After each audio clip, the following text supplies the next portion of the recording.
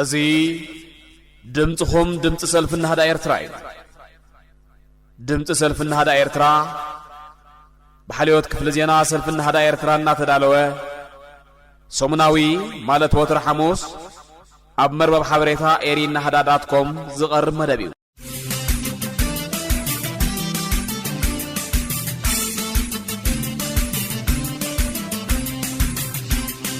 سلام كم يمسكم زخبركم سمعتنا أزيد دمت سلفن هذا إيرتراي سلفن هذا إيرترا كموترو لما عنتوين بعلى توزينهم في اللمينا مدباتنا أسعب بينا مقلة حزن كله النايو أبسال ساي مدب ريبورتاج نباهم كله برينا أما هو تعم زي ما تنقابزوكم هنا بسانا نحط عنه بخبرنا عدو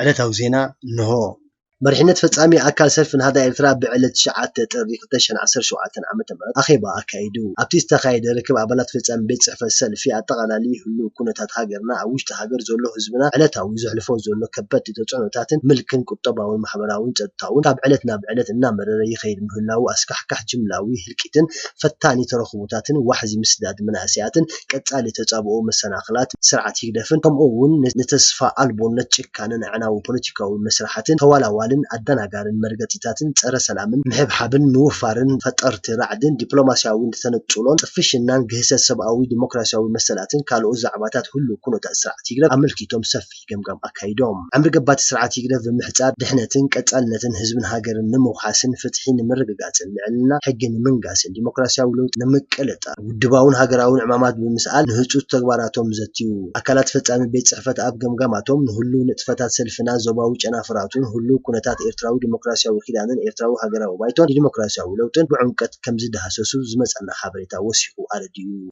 كله كنتات هاجرنا كاب جزينا ناقف أي خير مهلاو أبار فتاميت بيت صحفة حلافة ستان قداي سلفن هذا إيرترا تجد علي حسين كمال قليتو تجد علي حسين أمجلتيو حسام حزبنا العلمات زايدو هتوت لواتن فتح حبزنا ديالو نمود دعتات أرزتات بتشيه مهلاو تقيسو كلهم أكلات دريتي فتح هاجراو عندما نحسم من هتوتون أو عيتهم حزبنا قدام الناس ريعهم ندحنا توقع كتنا خروق قلتف من لاش نمهاب كالربع ربو طويعو أبتخالق أبال سكرتاريا مأكل شماغل سلفن هذا إيرترا تقدر عبد العزيز أنوار أب سيمينار إيرتراوي سمرت ديمقراطيا ولوتي أب جرمن فرانكفورت ترخيبون بوم برسلفن هذا إيرترا بموكال كان أسمعوا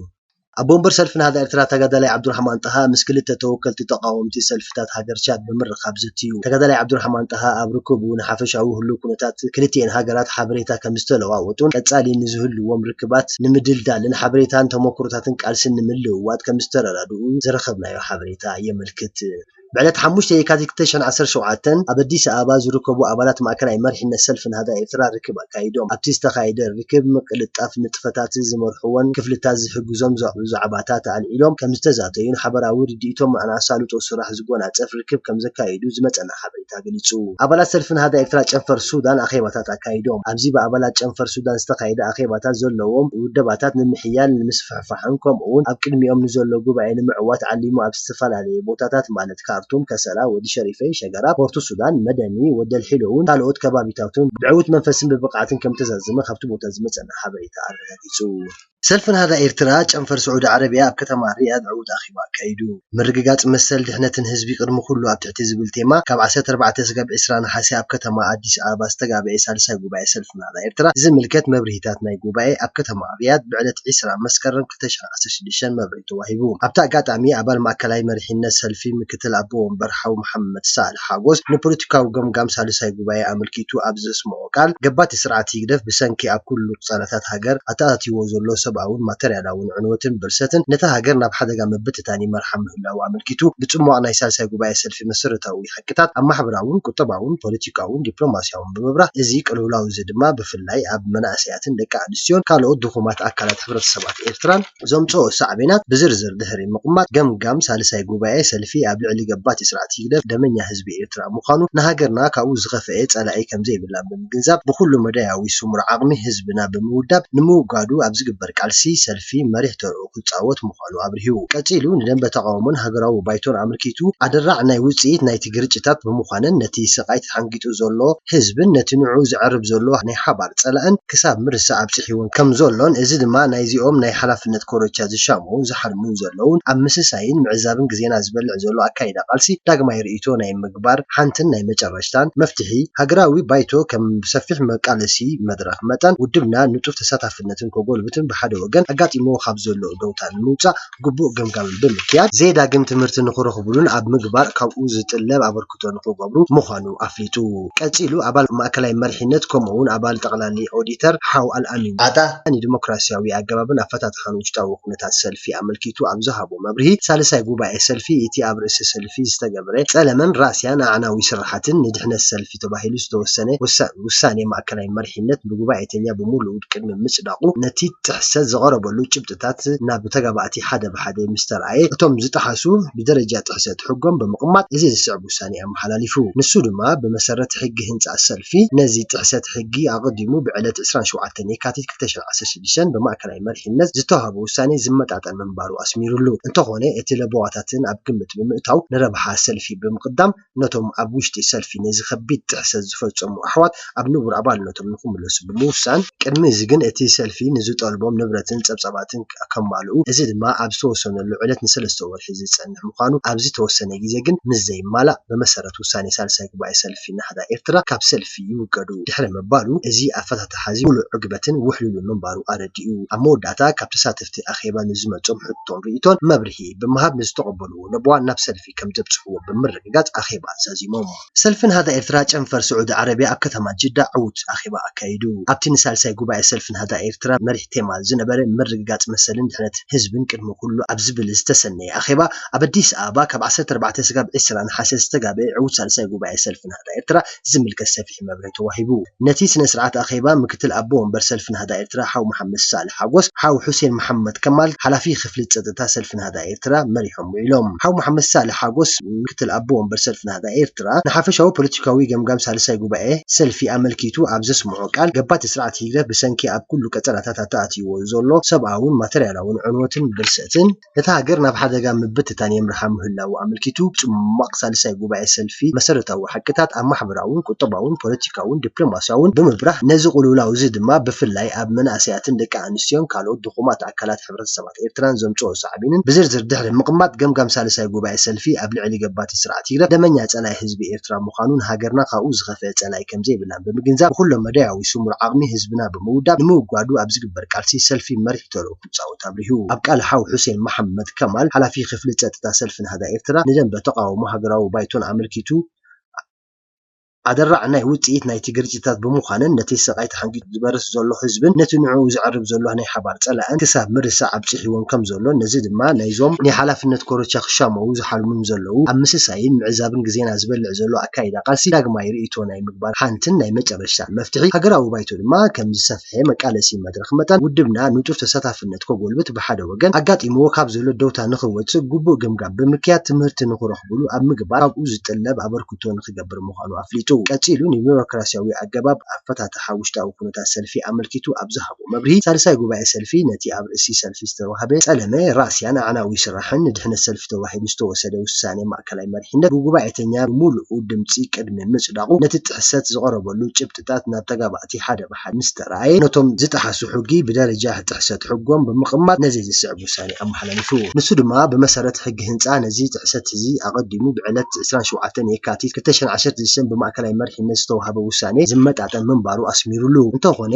ለበዋታትን ኣብ ግምት ብምእታው ንረብሓ ሰልፊ ብምቅዳም እቶም ኣብ ውሽጢ ሰልፊ ነዚ ከቢድ ጥሕሰት ዝፈጸሙ ኣሕዋት ኣብ ንቡር ኣባልነቶም ክምለሱን ብምውሳድ ምዚ ግን እቲ ሰልፊ ዝጠልቦም ንብረትን ጸብጸባትን ከማልኡ እዚ ድማ ካብ ዝተወሰነሉ ዕለት ንሰለስተ ወርሒ ዝጸንሕ ካብ ዝተወሰነ ግዜ እዚ ግን ምስ ዘይማላእ በመሰረት ውሳኔ ሳልሳይ ጉባኤ ሰልፊ ናሕዳ ኤርትራ ካብ ሰልፊ ይውገዱ ድሕሪ ምባል እዚ ኣፈታትሓ ሙሉእ ዕግበትን ውሕሉሉን ምንባሩ ኣረዲኡ ኣብ መወዳእታ ካብ ተሳተፍቲ ኣኼባ ንዝመጾም ርእይቶታትን ሕቶትን መስን ብምሃብ ንዝተቐበልዎ ለቦዋ ከም ዘብፅሕዎ ብምርግጋፅ ኣኼባ ኣዛዚሞም ሰልፊ ንሃዳ ኤርትራ ጨንፈር ጀርመን ኣብ ከተማ ፍራንክፈርት ዕውት ኣኼባ ኣካይዱ ምርግጋፅ መሰል ድሕነትን ህዝብን ሃገርን ቅድሚ ኩሉ ኣብ ትሕቲ ዝብል ቴማ ካብ 14 እስካብ 20 ነሓሴ ዝተጋበአ ዕውት ጉባኤ ሰልፊ ንሃዳ ኤርትራ ዝምልከት መብርሂታት ናይ ጉባኤ ኣብ ከተማ ፍራንክፈርት ብዕለት 7 መስከረም 2016 መብርሂ ተዋሂቡ ኣብታ ኣጋጣሚ ኣባል ማእከላይ መሪሕነት ሰልፍን ሰክሬታርያ ማእከላይ መሪሕነትን ሓው ዓብዱልዓዚዝ አንዋር ንፖለቲካዊ ገምጋም ሳልሳይ ጉባኤ ኣመልኪቱ ኣብ ዝሃቡ ቃል ገባቲ ስርዓት ሂደት ብሰንኪ ኣብ ኩሉ ቀፀላታት ተኣትይዎ ዘሎ ሰብኣውን ማተርያላውን ዕንወትን ብርሰትን ነታ ሃገር ናብ ሓደጋ ምብትታን የምርሓ ከም ምህላውን ኣመልኪቱ ብፅሟቕ ናይ ሳልሳይ ጉባኤ ሰልፊ መሰረታዊ ሓቅታት ኣብ ማሕበራውን ፖለቲካውን ቁጠባውን ዲፕሎማስያውን ብምብራህ እዚ ቅልውላው እዚ ድማ ብፍላይ ኣብ መናእሰያትን ደቂ ኣንስትዮን ካልኦት ድኹማት ኣካላት ማሕበረሰብ ኤርትራ ዘምፅኦ ሳዕቤናት ብዝርዝር ድሕሪ ምቕማጥ ገምጋም ሳልሳይ ጉባኤ ሰልፊ ኣብ ልዕሊ ገባቲ ስርዓት ሂደት ደመኛ ፀላይ ህዝቢ ኤርትራ ምዃኑ ንሃገርና ካብኡ ዝኸፍአ ፀላይ ከምዘይብላን ብምግንዛብ ብኩሉ መዳያዊ ስሙር ዓቕሚ ህዝብና ብምውዳብ ንምውጋዱ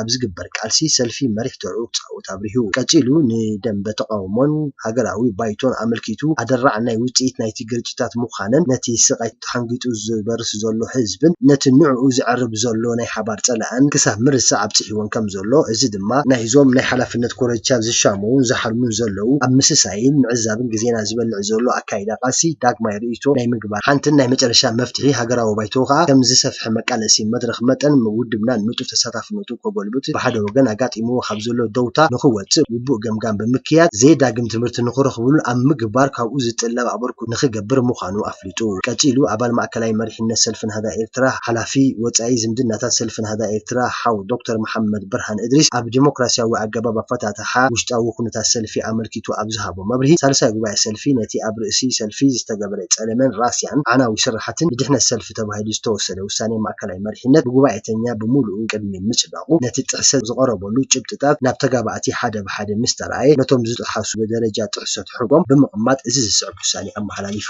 ኢሉ ንሱ ድማ ብመሰረት ሕጊ ህንፃ ሰልፊ ንሃዳ ኤርትራ ነዚ ጥሕሰት ሕጊ ኣቐዲሙ ብዕለት 27 የካቲት 2016 ብማእከላይ መሪሕነት ዝተዋሃበ ውሳኔ ዝመጣጠን ምንባሩ ኣስሚሩ ኣሎ እንተኾነ ነቲ ለበዋታት ኣብ ግምት ብምእታው ንረብሓ ሰልፊ ብምቕዳም እቶም ኣብ ውሽጢ ሰልፊ ነዚ ከቢድ ጥሕሰት ዝፈፀሙ ኣሕዋት ኣብ ንቡር ኣባልነቶም ክምለሱን ብምውሳን ቅድሚ እዚ ግን እቲ ሰልፊ ዝጠልቦም ንብረትን ፀብፃባትን ከማልኡን እዚ ድማ ካብ ዝተወሰነሉ ግዜ ንሰለስተ ወርሒ ዝፀንሕ ምዃኑ ካብ ዝተወሰነ ግዜ እዚ ግን ምስ ዘይማላእ ብመሰረት ውሳኔ ሳልሳይ ሰልፊ ንሃዳ ኤርትራ ካብ ሰልፊ ይውገዱ ድሕሪ ምባል እዚ ኣፈታትሓ ብምሉእ ዕግበትን ውሕሉሉን ምንባሩ ኣረዲኡ ኣብቲ ኣኼባ ኣባል ማእከላይ መሪሕነት ሓው ኢማም ኣቡበከር እውን ተረኺቡ ንተሳተፍቲ ኣኼባ ንዝመፁ ርእቶታት ሕቶትን መስን መብርሂ ብምሃብ ዝተቐበልዎ ለቦዋ ከም ዘብፅሕዎ ብምርግጋፅ እቲ ኣኼባ ተዛዚሙ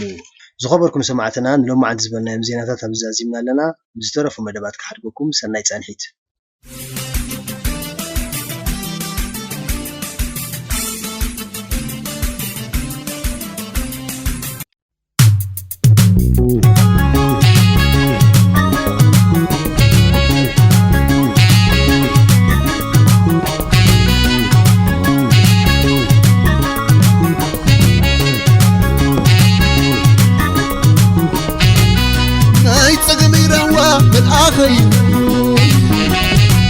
ናይ ምስጢረይ ቆፎ ኣካለየ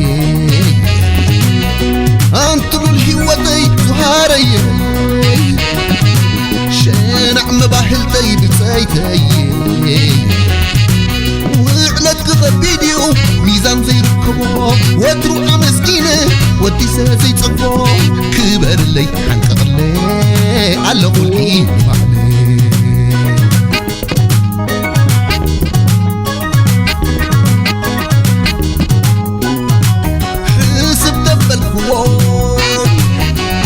ፈጣሪ ነገር ውለይ ከልኣካንዩ ዓቕሊ ጥራሕ እምበር ክብሪ ሰብ ነይረ ጥዑም ክበፅሓኒ ተመኒዮ ለካ ዓጋት የለን ዕድለይ ምስሃበን ከማይ ዘይረኸቡ ፍቕሪ ዘይሰለጦም ዓንጋሊት ራራይት ከማኺ ይፍቀረሎም ከማኺ ዝረኸበ እንታይ ከይጎድሎ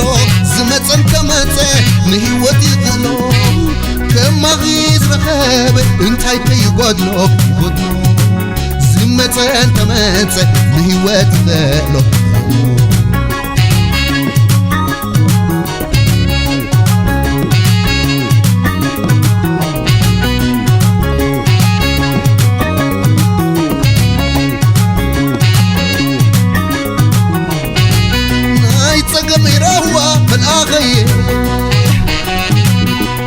مستريكو أكالي أنتلو الحواتي زهاري شنع مباهلتي بتسايتي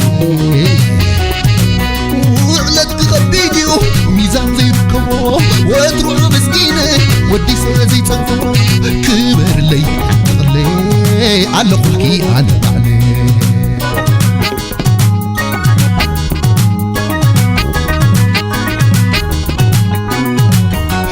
حسب دبلكو ناي فتاري ندر كل كالأكانيو عقل ترح مبر كبلو السبع نيره تقوم كبزحاني تمنيو لك عقات يلن عدلي مسحابن رئيو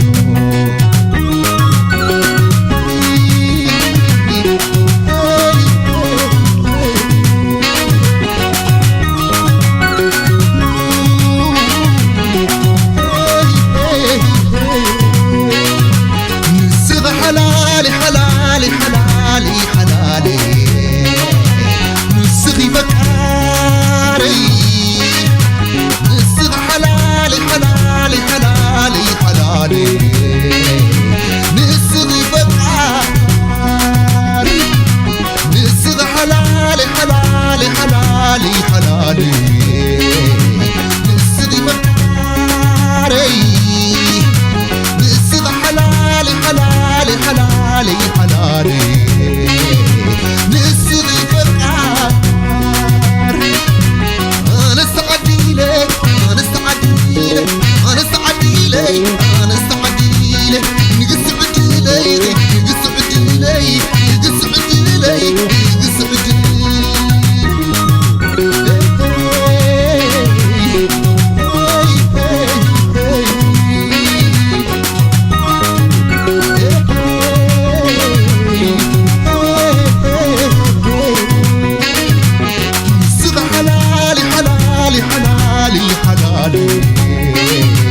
نسغي بكاري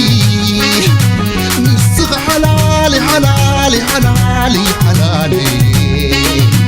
نسغي بكاري نسغ حلالي حلالي حلالي حلالي نسغي بكاري نسغ حلالي حلالي حلالي حلالي نسغي بكار أنا استعدي لي أنا استعدي لي أنا استعدي لي أنا استعدي لي نقصعدي لي نقصعدي لي نقصعدي لي نقصعدي لي نستعدي لي أنا استعدي لي أنا استعدي لي أنا استعدي لي نقصعدي لي نقصعدي لي نقصعدي لي نقصعدي لي نسغ حلالي حلالي حلالي حلالي نسغ حلالي نسغ حلالي حلالي حلالي حلالي نسغي بكار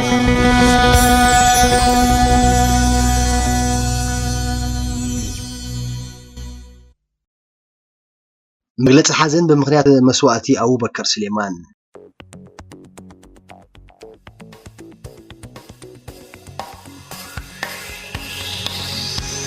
بمخنيات على تشعتي كاتيت كتشن عسر شوعتين بمسوات استفلنا حونا نايك عالسي بتاينان قديم تقادا لايسو أبو بكر سليمان إدريس أبو داليا أبزي أوانزي أبال بوليتيكاوي بيت صحفة إرتراو ديمقراسياوي وخدان أبال هاقراوي بايتون وانا صحافي فدرالاو ديمقراسياوي من كساس إرترانا نهاقو روزا قلقلي جاقنا هاقراوي بمسواتو استسمعنا كبيت حازن كنقلس إنكالنا إتي كاب أوان نسنوتو أبلبو سفخمين زقوهارن هاقراو فقري دريخو كم محبر تمهارو أتحيزو نلعلي فرقي مواعل أباي تقالسين مدلاي نات هاقرو كينيوون أب مدلاي فتحن ديمقراسي مسكولهم هاقراوان بيجوتو بسنيتين تمقرون قالسين قافلي موال علميو ولان خاليتوون كاب قارسخي تفدينا هاقرو بجيقن نتكنعنا بتوفاينتن نوتو مرقسي هاقراو نتن تساكيمو سقاب علت مسواتو ورق أو حربينيو تاريخو اندا ذكرنا بفلاي دم أب إرتراو ديمقراسياوي خدان كم مسراتو دخي مني كبير نقولو نتفت መረበታት ዜና ከዓምም ኣብ ዘይህልወሉ መተካእታ ዘይርከቦ ምዑት ተቃላሳይ ብስም ኩሎም ብጾትና ነፋንዎ ኣለና በዚ መሪር ናይ ሓዘን ኣጋጣሚ ድማ ብስም ኩሎም መሪሕነት ኣባልነትን ሰልፍን ሃዳ ኤርትራ ንኩሎም ስድራ ቤቱን ንመሳርሕቱን መሪሕነትን ኣባልነትን ፌደራላዊ ዲሞክራሲያዊ ምንቅስቃስ ንኩልና ኤርትራውያን ደለይቲ ፍትሕን ዲሞክራሲን ጽንዓት ያብልና እንዳበልና ንሱ ወሓውና አቡበከር ስሌማን ድማ ረቢ ይርሐመሉ ባሕሪ ጀና ይኹን ሰፈሩ ንበል ዓብዱራህማን ጣሃ ኣቦ ወንበር ሰልፍን ሃዳ ኤርትራ ኣባል ፖለቲካዊ ቤት ጽሕፈት ኤርትራዊ ዲሞክራሲያዊ ኺዳን 9 የካቲት 2017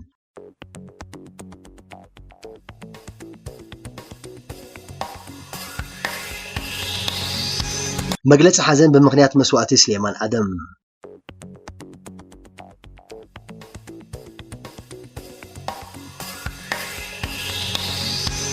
بمغنيات علت شمونت يكاتيت كلتشان 17 بمسوات استفلينا حونا ناي قالسي بصاينان قديم تقادلاي سو سليمان ادم سليمان ابزوان زي ابال تقادلو حرنت ايرترا نبرن هاغرو زغلغله جيغنا هاغراوي بمسواتو تسمعنا كبيد حزن كنغلص انكلنا اتي كاب اوان نسنتو اب لبو زفخمن زغهرن هاغراو فقري دريخو نلعل فرق موعل ابايتا قالسي نمدلاي ناصنت هاغرو كوني اون اب مدلاي فتحن ديمقراسي مسكولم هاغراوان بصوتو بسنيتن تمكرو قالسو اندحلفه موعل عدميو ولا نخاليتو كاب قالسي كيتفلين هاغرو بجግንነት ቀንዕናን በተወፋይነት ንጹር መርገጽ ሃገራዊትን ተሰኪሙ ክሳብ ተዓሎት መስዋዕቲ ወርቃዊ ሓርበኛው ታሪኹ እንዳዘከርና ብስም ኩሎም ብጾትና ነፋነወለና በዚ መሪር ናይ ሓዘን አጋጣሚ ድማ ብስም ኩሎም መሪሕነት አባልነትን ሰልፍን ሃዳ ኤርትራ ንኩሎም ስድራ ቤቱ ንመሳርሕቱ ንመሪሕነትን አባልነትን ተጋድሎ ሓርነት ኤርትራ ንኩልና ኤርትራውያን ደለይቲ ፍትሕን ዲሞክራሲን ጽንዓት ይሃበና እንዳበልና ንሱ ወሓውና ስሌማን አደም ስሌማን ድማ ረቢ ይርሐመሉ ባሕሪ ጀና ይኹን ሰፈሩ ንበል ዓብዱራህማን ተኸኑር ኣቦ ወንበር ሰልፍን ሃዳ ኤርትራ 9 የካቲት 2019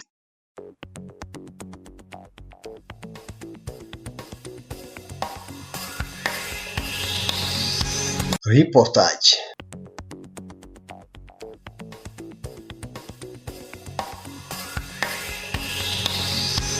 ስርዓት ይግደፍ መሬት ኤርትራ ኢኮኖሚ ዝብሎ ዝነበረ ቦታታት ብወታደራዊ ሓይልታቱ ተቆጻጺሩ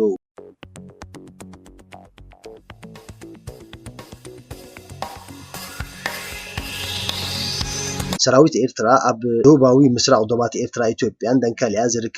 ዝርከብ ገለ ቦታታት ኣብ ትሕቲ ቁጥጥሩ ከም ዘውዓለ ምንጭታት ግንባር ሃገራዊ ድሕነት ኤርትራ ሓቢሮም ሓይልታት ኤርትራ ካብቲ ዓሪዶሙሉ ዝጸንሑ ቦታ ካብ 10 እስካብ 20 ኪሎ ሜትር ዝኸውን ዕምቀት ብምእታው ቡሮን ከባቢውን ኣብ ትሕቲ ቁጥጥሮም ምእትዮም ምህላው ተፈሊጡ ቡሮ ኣብ ሰሜናዊ ምዕራብ ደቡብ ዓሰብ ደቡብ ከተማ ዒድን ኣዩመንን ከምኡውን ጥቓ ስዱሕ ዒላን እትርከብ ዓዲ እያ ንውግእ ዝዳሎ ዘሎ ዝመስል ሰራዊት ኤርትራ ኣብቲ ተቆጻጺሩ ዘሎ ቦታታት ጎዳጉዲ ኩዕትን ዓት ይዳሉ ምህላው ትስበጽሐና ዜና አረጋግጹ ቡሮ ማዕከላዊ ቦታ ስልጣነትን ቡሮ ከም ዝኾነት ናይ መጨረሻ መራሒ አኻ ሱልጣን መሐመድ አሑ ዝተባሃለ አቦቲ ፍሉጥ ተጋዳላይ አሕመድ አሑ እዩ ቡሮ ሳልሰይቲ ስልጣን ናይ ዓፋር እያ እንትን ዝተረፋ ክልተ ኸኣ ስልጣናት ስራሕያታን ስልጣናት አሳሒታን እየን ማዕከላዊ ሰፈር ስልጣናት ቡሮ ኣብታ ናይ ጥንታዊት ወደብ በይሉል እዩ ነይሩ ተኾነ ግን ብሰንኪ ጸጥታዊ ምክንያት ናብዚ ሎሚ ትርከበሉ ዘላ ሰፈር ከም ትጓዓዝ ኮይኑ ስልጣን መሐመድ አሑ ቀጻል ርክብ ምስተጋደሉ ሓርነት ኤርትራ ዝነበረ ኮይኑ ሓያል ደጋፍ ቃልሲ ህዝቢ ነይሩ ብዙሕ ገንዘባውን ንዋታውን ሓገዝን ከምኡውን ብረትን ጣይትን ንሰውራ ኤርትራ ካብቶም ዘበርከቱ ዓቢ ሃገራዊ እዩ ሱልጣን መሐመድ አሑ ካብ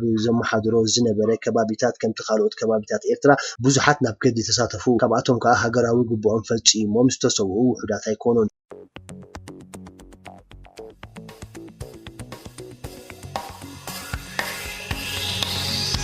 ኤርትራ ነፃ ድሕሪ ምውጻኣ ብኢደ ወነኑ ስልጣን ዝመንዘዐ ጉጅለ ይግደፍ ነቲ ከባቢቲ ከምቲ ኣብ ብዙሕ ከባቢታት ዝገበሮ ፈጺሙ ኣይተገደሰሉን ጥራሕ ዘይኮነስ መሬት ኤርትራ ኣይኮነን ክብል ተራእዩ ነዚ ዘረጋግጽ ከዓ ብመጀመርታ መዋዕል ናጽነት ኣብቲ ዞናት ጥምየትን ዓጸቦን ተዘርጊሕሉ ኣብ ዝነበረሉ እዋን ኣብቲ ግዝያዊ መንግስቲ ኤርትራ ዝተመደበ ኣመሓዳሪ ከተማ ዓሰብ ኣቶ ረመዳን መሐመድ ኑር እዚ ቦታ እዚ ካብ ትሕቲ ናይ ኤርትራ ግዝኣት ኣይኮነን ብዝብል ምስ ረድኤት ንኸይዕደሎን ገይሩ ምንባሩ ኣብዚ ከይጠቐስናዮ ክንሓልፍ መርጽን ካብዚ ርድኢት እዚ ብምንቃል ከዓ ስርዓት ይግደፍ ኣብቲ ቦታ ንዝነብሩ ህዝብና ኣብ 1993 ኣብ ዝተኻየደ መስርሕ ሃገራዊ ሬፈረንዶም ከም ዘይሳተፉ ገይሩ እዩ ሓደጋ ናይ እዚ ተግባር እዚ ዝተረድአ ስውእ ተጋዳላይ መሐመድ አቡበከር ሉሙምባ ኤርትራ ብምብጻሕ ምስ ሓለፍቲ ህዝባዊ ግንባር ተረኺቡ እዚ ዝወስድዎ ዘለው ጉጉይ መርገጺ ዳግማይ ርእይቶ ንኽገብርሉ ምዕድው ኣቕሪቡ ከብክዕ ዝሰምዖ ሰብ ግን ኣይረኸበን እቲ ስርዓት ከዓ ኣብቲ ደረቕ መርገጹ ቀጸለ ድሒሩ ከም ዝበርህ ግን ጉጅለ ይግደፍ ስልጣን ብኢደ ወነኑ ምስ ባሓቶ ከምቲ ክረምቲ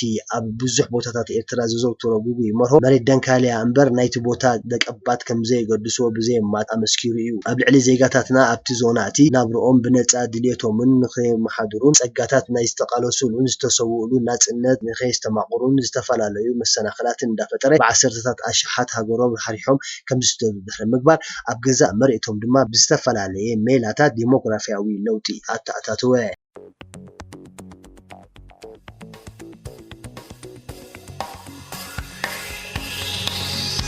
ስርዓት ይግደፍ ኣብዚ ግዜ እዚ ውግእ ምጽሕታሩ እንታይ ጥቕሚ ኮን ከረጋግጽ ደልዩ እዩ ዝብል ሕቶ ኣብ ቅድሜና ተገቲሩ እንሆ ብሰንኪ ሃላሊ ፖሊሲ ጉጅለ ሂደፍ ኣብ ባድመ ዝተባርዐ ከንቱ ውግእ ህዝብና ብኣሽሓት ዝቁጸሩ ህይወት ብሉጻት ደቁ ከፊሉ ሰፊሕ መሬቱ ስለዝዓነወ ኣማኢት ኣሽሓት ኣብ መሬቶም ዓዶምን ከም ተመዛበሉ ደም እናነባዕና እንዝክሮ መሪር ታሪኽ እዩ ሕጂ ኸ ምልካዊ ጉጅለ ሂግደፍ ነጋሪት ውግእ ዝወቅዕ ዘሎስ ህዝብና ዳግማይ ንምድማይን ንመሬትና ኸኣ ከባድም ስለዝሓቀነ ድዩ ድሕሪ ውግእ ዶብ ኤርትራን ኢትዮጵያን ውጽኢት ናይ ዝገምገመ ጸብጻብ ኣኼባ መራሕቲ ሰራዊት ኤርትራ ልሒኹ ከም ዝነበረ ዝዝክር ኮይኑ ሃገርና ልዕሊ 70,000 መስዋዕቲ ከም ዝኸፈለት ኣብቲ ጸብጻብ ሰፊሩ ምንባሩ ንዝክሮ ጉዳይ እዩ ሓደ ካብቶም ተሳተፍቲ ናይቲ ኣኼባ እዚ ቁጽሪ እዚ ምስ ሰምዐ ሎሚ ህዝቢ ኣጥፊና ክብል ከም ዝገለጸ ኣብቲ ግዜ እቲ መዛረቢ ጉዳይ ከም ዝነበረ መብዛሕትኡ ሰብ ዝፈልጦ ሓቂ